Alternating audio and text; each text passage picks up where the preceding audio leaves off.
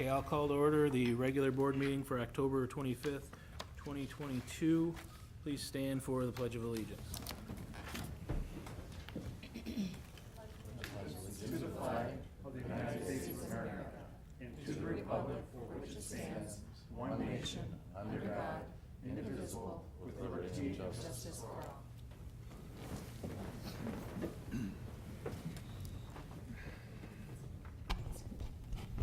Our mission statement is Learning for Life. Vision statement is Southgate Community Schools, the best choice for students and parents. Okay, so that brings us to item D, which is the approval of the agenda. Mr. President, I'd like to revise the agenda to add on I, action item number 2, recommendation for emergency purchase. Okay. Add item 2 for emergency purchase.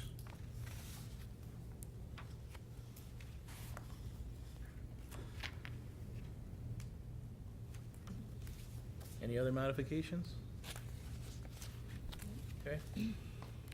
All right, so we have a motion by Dr. Pomponia to amend the agenda. Does that have support? Support. Supported by Mr. Sage. Any discussion? Seeing none, I'll call for the vote. All in favor, say aye. Aye. Any opposed? Okay, we have an agenda. Item E is presentations, and the first one is the 2022 audit review. Good evening. How you doing? My name is Daniel Clark. I am the signing principal from Raymond Robson on your 2022 financial statements. There should be 3 documents in front of you. One is in this bound copy. This is your issued financial statements. Then you should have also received this stapled, which is your board communication letter. And then the third document, which is what we're going to go over tonight, is the board presentation. That should be a printed PowerPoint, which I believe you have in your hand right there. Oh. As illustrated by Mr. Lindsay. I don't know where my copy is, so I'm going to be doing it off my computer. And I guess the projector is not working this evening, so we won't be having it up on screen. So if you switch to slide 2 there, they're all numbered at the top. Just the agenda for the presentation tonight, going to introduce the team members. Since we are new to your district, this is our first year as your auditors. We do have the required board communications. We'll talk about financial statement results, and then talk about some upcoming accounting pronouncements. And then I can answer any questions that you may or may not have, but feel free, as I'm going through it, it's sometimes just better to ask them as I'm talking about it. So don't feel like you've got to wait till the end. So slide 3 in front of you. I introduced myself. Tracy Kendall was hoping to be here tonight. She actually is not feeling well, so she regrets she was not able to join. But she was the senior manager that ran the day-to-day field work. Shelby Bailey and Brendan Burns were the in-charge and the staff that were also on your engagement. So slide 4, as I stated, we do have required board communications. The first one, and the most important, we're happy to say that you did receive an unmodified or a clean opinion on your June 30th, 2022 financial statements. So that would be a clean, unqualified opinion, as we used to call that. So great work that the district received that again this year. Number 2, we are asked to communicate any new accounting pronouncements that may or may not have had any impact on your financials. The new one this year was GASB 87, GASB standing for Government Accounting Standard Board, and they issued statement number 87 related to leases. So that just changed the way in which leases are represented on your financials. There was one, not hugely significant, but there was a prior period restatement that resulted as a part of the standard, I think of about 25 or 26,000. And then the leases are now appearing on your balance sheet and moving forward. Number 3, we're asked to assess any management estimates. Those would include things like depreciation expense, those inputs into your pension and OPEB calculation. If you have any allowances on uncollectible accounts, we assess those and deem those all to be reasonable. Number 4, we're very happy to say we encountered no difficulties during the audit. So any questions we asked, any documents that we asked for were provided promptly. all questions were answered. We appreciate Barb and the staff here. They did an excellent job, especially during a year where you obviously have a new auditor, so there's a little bit of extra work. So we appreciated all the work that she did to get this accomplished. Number 5 and number 6 were also asked to communicate whether we had any material misstatements from the records that were originally provided to us. There was one material misstatement that was noted, and this was a bit of an unusual circumstance. You do have a accounting software that actually tracks your capital assets, and it pulls in any items that are above your capitalization threshold. For whatever reason, this process did not occur, so there were about $500,000 or $600,000 in capital additions that did not make it into this software, which then was provided to us. This was found subsequent to the records being provided to us, worked with Barb to figure out what was going on, and my understanding is that they're working with the software provider to see why that didn't occur. But because it was found as part of the audit process, we did have to state that it was a material misstatement. So very unusual. I will say, not capturing all capital asset additions is not an unusual thing for a school district. So again, this was kind of a one-time instance, not something that we felt like was pervasive, but because of the dollar amount, again. Can I interject? I Yeah. have a question before. So is that documented in our records, even though it wasn't caught in the system?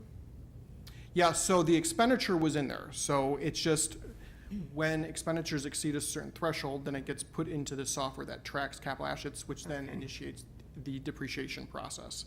And that's the piece that did not actually occur. Okay, thank So, you. yeah. Thank you.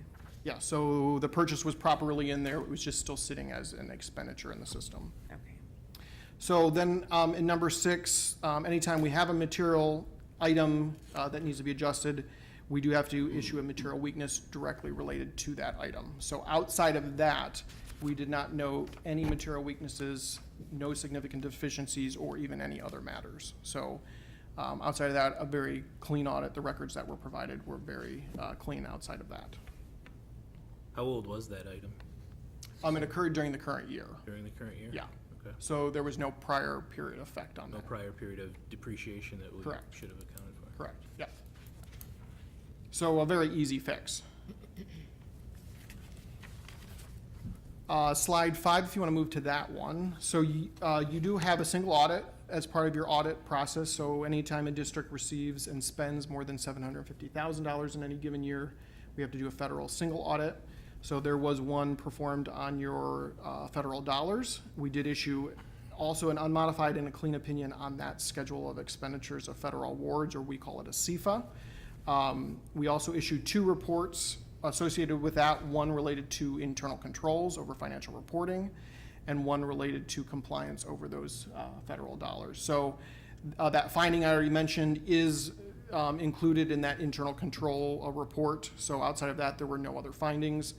And then there were no compliance issues that we noted. So of the programs that we tested, we did test 3 of your large federal programs, the Child Nutrition Cluster, the Title I grants, and then the Education Stabilization Fund. So tested 3 this year, and there were no compliance issues in any of those. You want to turn to slide 6. Now, we do issue an opinion on whether the financial statements are materially correct. We do not provide any assurance that the district is healthy or anything like that. We're just coming in to say these are accurate. So the following slides just present the financial statement information as presented. We can draw some conclusions from this information, but I just wanted to assure you that, or make that clear, that we're not saying one way or the other that the district is financially sound, but the information obviously can speak for itself here. So on slide number 6, you had total assets as of June 30th of 2022 of just over $100 million. Last year, you had about $112 million, so you had a decrease in assets of about $11 million. Most of that you'll see, you had a significant decrease in cash and investments of about $17 million. Most of that relates to the significant capital additions that you had during the year. So you'll see that net capital asset line item, you had about $11.4 million in capital additions. So significant construction and spending of those bond dollars on capital improvements. The other thing that decreased your cash, I know you had a state aid loan last year, which was paid off, and that was not reissued this year. So if you actually go to the next slide, slide 7, this is your liabilities and deferred inflows. So you had $175 million in liabilities compared to $201 million last year. So your liabilities actually decreased about $26 million, a significant decrease. So again, the biggest one on there, starting at the state aid note, I just spoke to that last year. At the end of the year, you had $7.1 million in state aid note. This year, that was 0 and paid off during the year. Your debt, your long-term debt went down about $3.4 million as a result of no additional new debt and just that annual principal payment that you're making. And then you'll see on your net pension liability and your net OPEB liability, both of those decreased significantly this year. The first one went from $90 million to $62 million. The second one went from 13.8 to 4 million. And OPEB, for those that aren't familiar with that acronym, stands for Other Post-Employment Benefit Liability. So those health insurance amounts that you're providing to the retirees and such. So both of those went down significantly due to significant investment returns that both plans saw.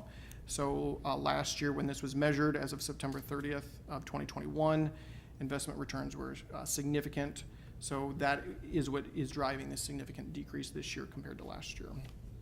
I have a question. So that means because of the changing nature of the markets, we're going to face a very different problem next year. Yeah, so I would expect that this number is going to go back up. I don't know if it will go back up to what it was in 2021. Probably not to that extent, but potentially.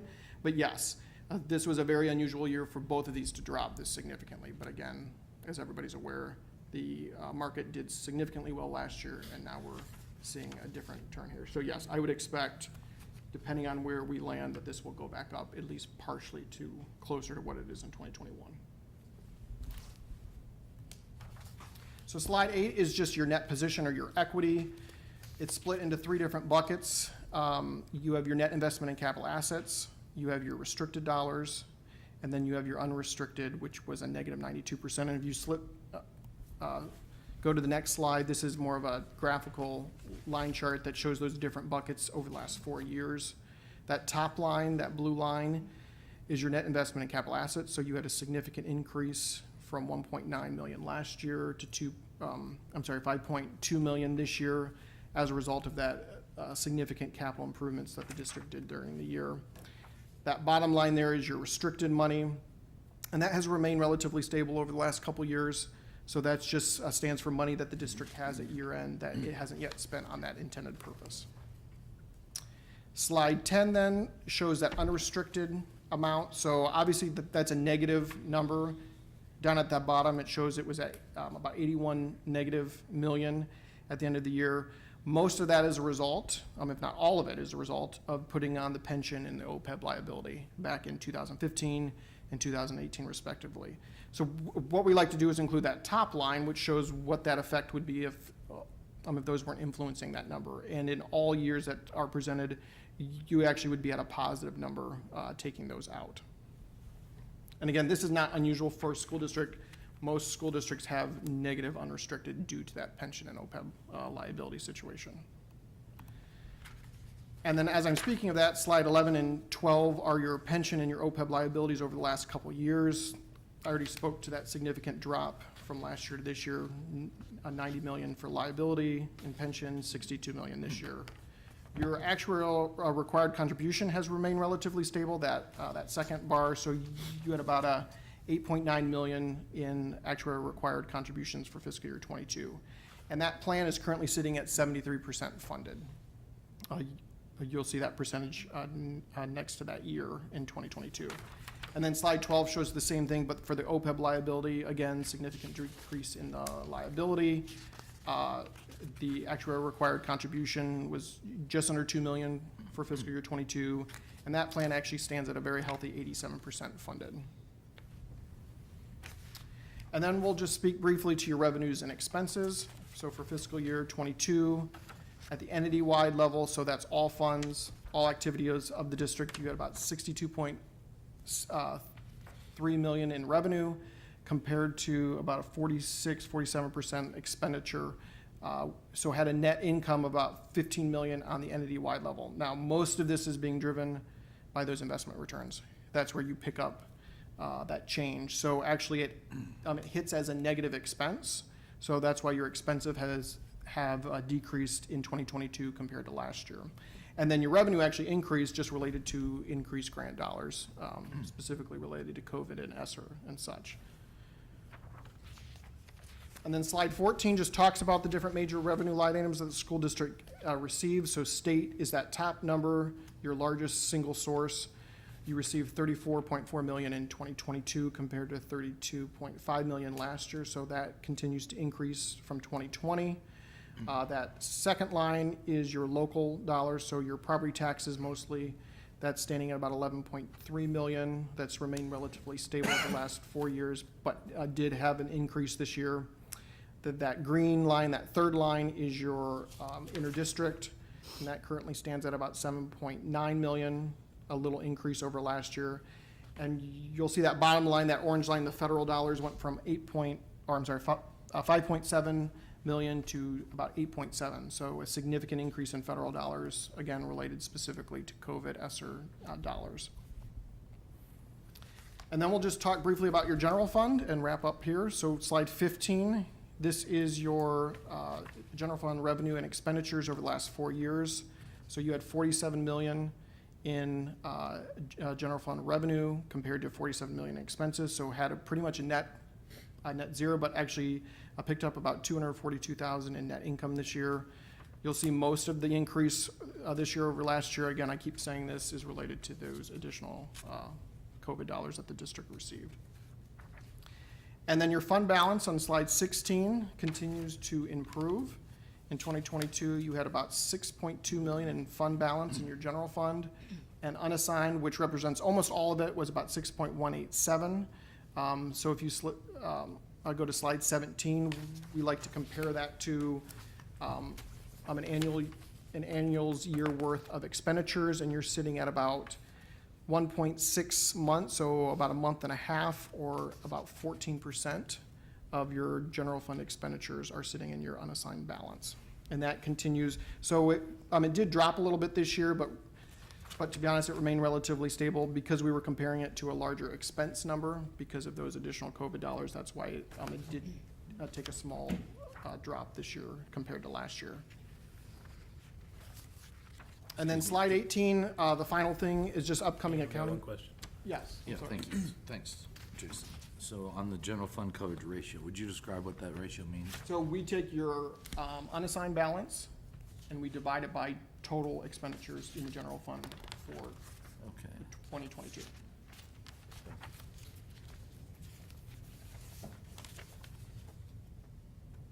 And then slide 18 is just upcoming accounting pronouncements. Most of these don't really have any applicability to the district, as I put NA next to all of them.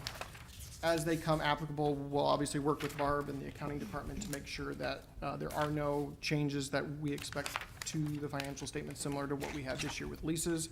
But I just wanted to throw those out there so you know those are coming up.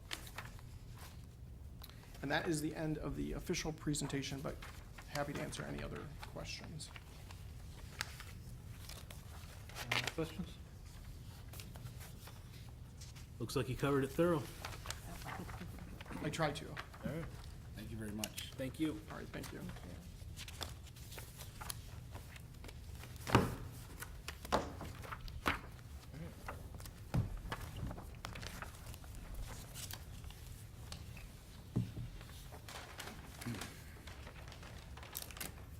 Okay, our second presentation tonight is the 98C grant plan review.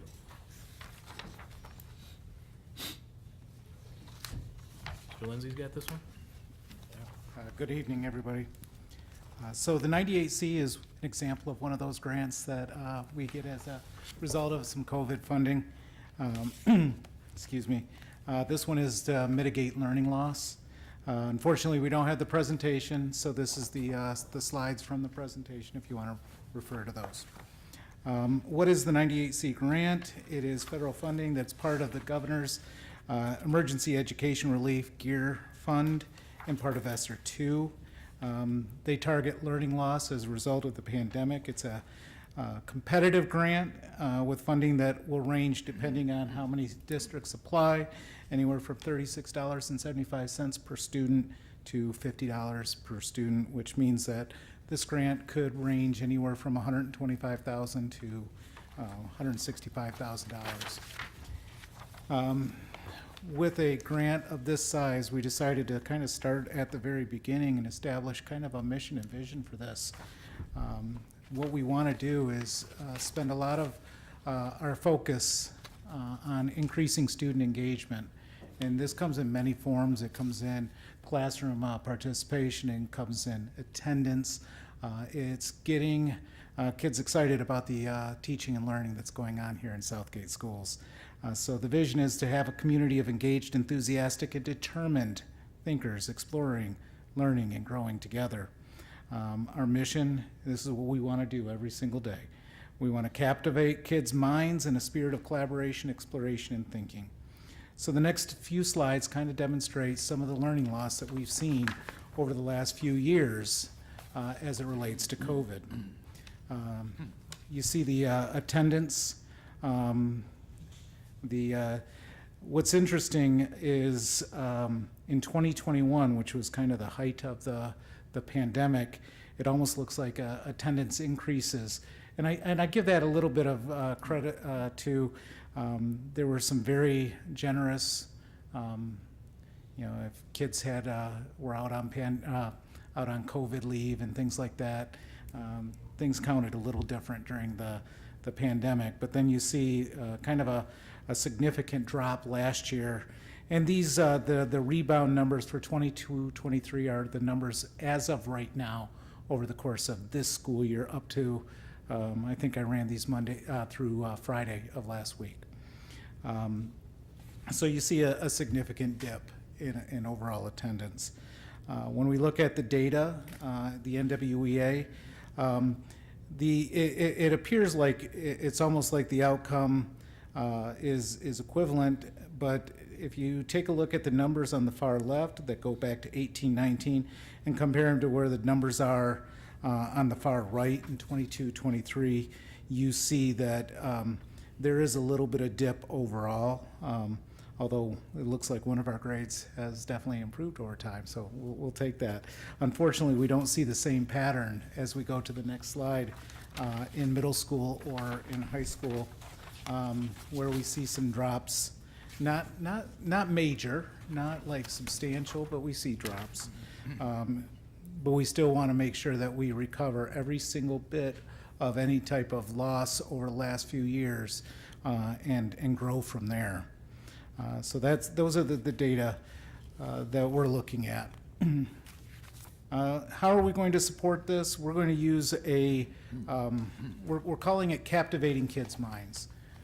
It is the academic side of capturing kids' hearts, but it's really meant to really get our instructional practices so that it just captivates kids. It brings them in. It makes them want to learn. It makes them want to explore their learning. It focuses on the thinking process. A lot of this is the work of Ron Richert in the Cultures of Thinking, and we just found out today Mr. Richert will be speaking at our upcoming Professional Development Day later in November. It's a district-wide focus on increasing student engagement at school. We hope to see not just increased in student achievement, but we also want to see improved student attendance and increased indicators of positive student behavior.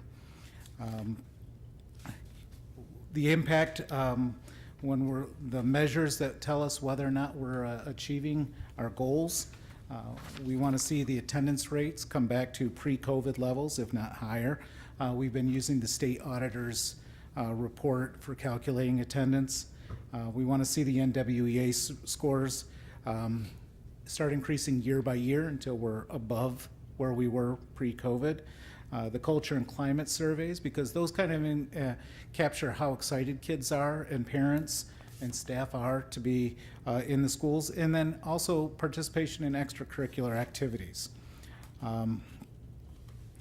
We're going to review this as we go through it. This grant and our plan align really nicely with our Michigan Continuous Improvement Plan. So we'll be looking at this throughout the year and adjusting as needed as things come up. The specifics of where the dollars will go, this grant's due on November 30th. This presentation's in compliance with the requirements of Public Act 144, Section 98C, so that we can get to the hard work of rolling up our sleeves and getting the specific planning done for this grant. I would entertain any questions. Dr. Pomponio. I have a few. The first, are we able to get any new materials, equipment, or for the needs for the students and teachers that have that learning gap from COVID, K through 12? And is there any new materials out there for just that? So we are looking at bringing in professional development resources. Are we looking at an influx of any type of technology? Not, Yeah. that's not, So this is just a really small, tiny grant. We have an entire section of 20% of our ESSER, which is 20% of 5.4 million, that has to be addressed using addressing academic loss. So we have had lots of materials come through for literacy that are new for our elementary students, and That's what I was curriculum for. dollars. So our tier 1, that means our classroom instruction. What we're seeing from NWEA is that what's causing some of our fluctuation in performance and in our M-STEP is our base curriculum, and when the last time was that we had that updated and had teachers trained for that. And so that's one of our big targets that we're moving some of our enhancement dollars towards, and some of this ESSER money for. So I just wanted to make sure you knew that addressing academic loss is a hot topic in the state. Right. And we have lots of funds directed towards that. This particular grant and this particular sum of money does require us to present at the board to actually talk about kind of what the plan is for this particular Okay. amount of money. And that was my second question, so thank you for that. And then the third one is, within that grant, can you have mentors and tutoring just directed towards those students who were finding that are falling in that gap? And also, are we having any assessments to pull out those students who need that? So- Like reading recovery. So a couple That's one things. group. We have some other grant funds that are really approaching the tutoring and the academic support that occurs not just during the school day, but then after the school day. So this particular grant isn't aimed in that direction. This particular grant is aimed at really the Tier 1 instructional practices that are going on in our schools, and also the just continuing to develop the teaching staff. What we've also found is as teachers, as we've had turnover, sometimes the training has been not as consistent as it should be, and so that's one of the focus areas, as well as making sure that our staff is prepared to teach every day when they are in the classrooms.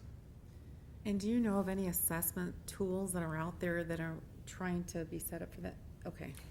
Yeah, I mean, we do have a cohort of teachers who are taking letters training, for instance, which is an assessment for Okay. early literacy. So there are definitely some assessment pieces. Okay, thank you. And one of the, we started at the elementary level using Haggerty, which is a teaching approach that has been used exclusively with COVID money. Our literacy coach, Beth Bassich, has been leading that in training teachers and getting them used to using it. What's nice about that is that's an initial investment, and then once we make that initial investment, it doesn't require additional yearly investments. It's the gift that keeps on giving. That's good, thank you. Any other questions? Okay. Thank you very much. Very much. All right. Next up is citizens' comments. Mr. Plowski.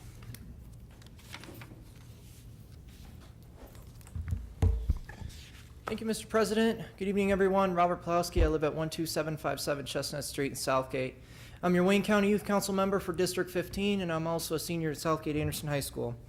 So, first thing I want to make note, it's spreading rapidly around the city.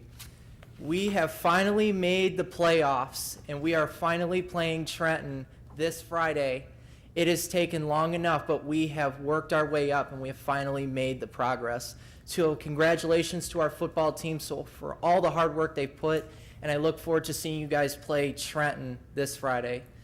But I also want to mention our little Friday event that happened in Farmington Hills with Mojo in the Morning. I want to give our big shout out to our cheer team for speaking on behalf of our Titans and the 7 a.m. station. Everybody listens to it. I was listening to it Friday morning, and I was just amazed. And I just want to say thank you for all the big leadership we've had and all the marketing that we've done to get our team back on track. But also, our representation that we had on Mojo in the Morning was amazing by our cheer team. So thank you for all the great work that our board's doing and our amazing students that keep this district going each day. No sinking fund report.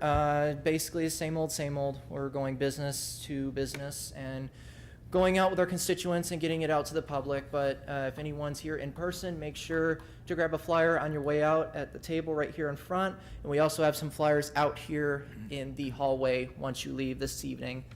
The last thing I want to make note is, and this is for elementary, middle school, and if you're a high school kid that really wants Tootsie Rolls, you are more than welcome. We have a trunk or treat event going on this Sunday, October 30th at Metro City Church.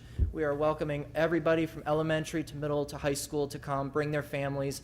It is a family-friendly event. We're doing some costume judging, some costume decorations, and we have a lot of stuff going on. For more information, we have all of our information here at metrocitychurch.tv.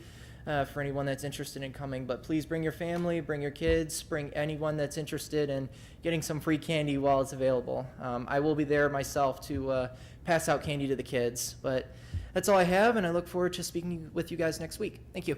Thank you. Thank you. Anyone else who'd like to speak tonight? Okay, seeing none, we'll go ahead and we'll close the public comment. Brings us to the superintendent update.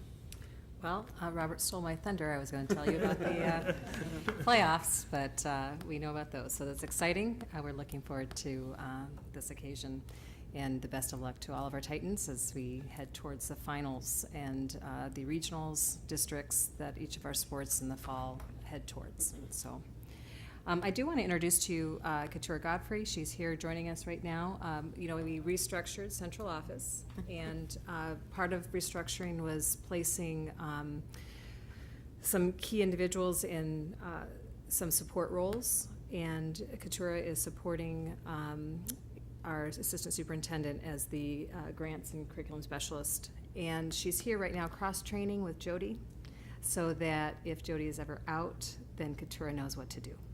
So it's all about cross-training. My goal and our goal is to make sure that everybody in our central office can do at least one other job in case something happens. So it's all good practice, and we certainly hope nothing ever would, but we know that things come up. So welcome, Katura, and I know several of you gave looks and wondered who she was. So just wanted to introduce you. So that's all I have for this evening. Thank you. Thank you. Thank you. All right. Item H, which is the consent agenda, that consists of the October 11th, 2022 regular meeting minutes and HR update. I'll entertain a motion on the consent agenda. Mr. President, I'd like to make a motion to approve the consent agenda as presented. Okay, I have a motion by Dr. Pomponio. Is there support? Support? Supported by Mr. Lamas. Any discussion? Seeing none, I'll call for the vote. All in favor, say aye. Aye. Any opposed? Okay, that passes. And action item number 1, approval of the resolution authorizing quitclaim deed. Would Yeah. anybody like to make that? Sorry, go ahead. Oh, no, I was just going to give a you can really present it. high level. In 1984, the school district and the Chircos LLC entered an agreement for a strip of property north of the Heinsohn property there on North Line and Burns, and the deed was not recorded. So after a new negotiation, we are able now to present a quitclaim deed to this particular organization so that they can have quiet title of that particular parcel. But the resolution is exciting in itself, so I'm sure we'll pass that on to a board member. All right, I'll follow the procedure here. Any questions for staff? All right, seeing none, I'll entertain a motion on action item number 1. Mr. President, I'd like to make a motion to approve the resolution authorizing the Churchill quitclaim deed as presented. Okay, I have a motion on item 1 by Dr. Pomponio. Is there support? Support. Supported by Mr. Green. Any discussion? Seeing none, I'll call for the vote. All in favor, say aye. Aye. Any opposed? Okay, that motion passes. Item number 2 is the emergency purchase. Yes, in keeping with our recent policy change, make sure that all these emergency purchases get to the board as fast as possible. We actually had one happen today, a 100-gallon kitchen hot water tank at Beacon. It started to leak. There's a rusted out area of it. It gave way, and all 100 gallons spilled out. So we're done with that tank, and we need to get another one. We did find one. It's urgent because, you know, a kitchen does need a hot water tank to meet health code. And so unfortunately, we're not even able to offer anything hot in the kitchen at that time. It'll be box lunches until we can get it replaced. We do have one that's in stock. We're able to secure it and install it by tomorrow afternoon, and the amount is $6,400 approximately. So this is before you for approval today. Any questions for staff? Okay, seeing none, I'll bring the discussion back to the table and entertain a motion on item number 2. Mr. President, I'd like to make a motion to approve the emergency purchase of a 100-gallon kitchen hot water tank for the Garrish Building for an amount not to exceed $6,492.75. Okay, I have a motion by Dr. Pomponio. Is there support? Support. Who was that? Mr. Sage. Any discussion? Okay, seeing none, I'll call for the vote. All in favor, say aye. Aye. Any opposed? Okay, that motion passes. Any discussion items tonight? Don't see any. Any employee representatives? Don't see any. Okay. Information, announcements from the board? Dr. Pomponio. I want to thank my fellow board members for the ongoing support of board education and training. I was in Traverse City last week for several days at the school board annual leadership conference. This is always educational for me. I had the opportunity to network with my fellow board members from all across the state and 3 counties that voted for me to represent them. The delegate assembly was a notable one. Many were fired up over policy recommendations, including changing the word sportsmanship to fair play. There were board members from ISDs, rural areas, small districts, large districts, suburban and urban areas.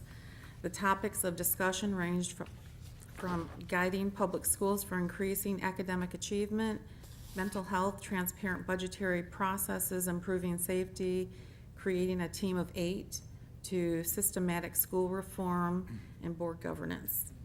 I learned a lot of new information, and some information reinforced what we are already doing here in Southgate. Our priorities are always on student achievement, culture, equal opportunities, programs, curriculum, staff, and parents. So many great things are happening here. Thank you. Thank you. Anyone else? Okay. With that, I'll entertain a motion to adjourn. Mr. President, Mr. Estheimer. make a motion to adjourn. Okay, a motion by Mr. Estheimer. Is there support? Support. Supported by Mr. Green. Any discussion? Seeing none, I'll call for the vote. All in favor, say aye. Aye. Any opposed? We are adjourned. Thank you.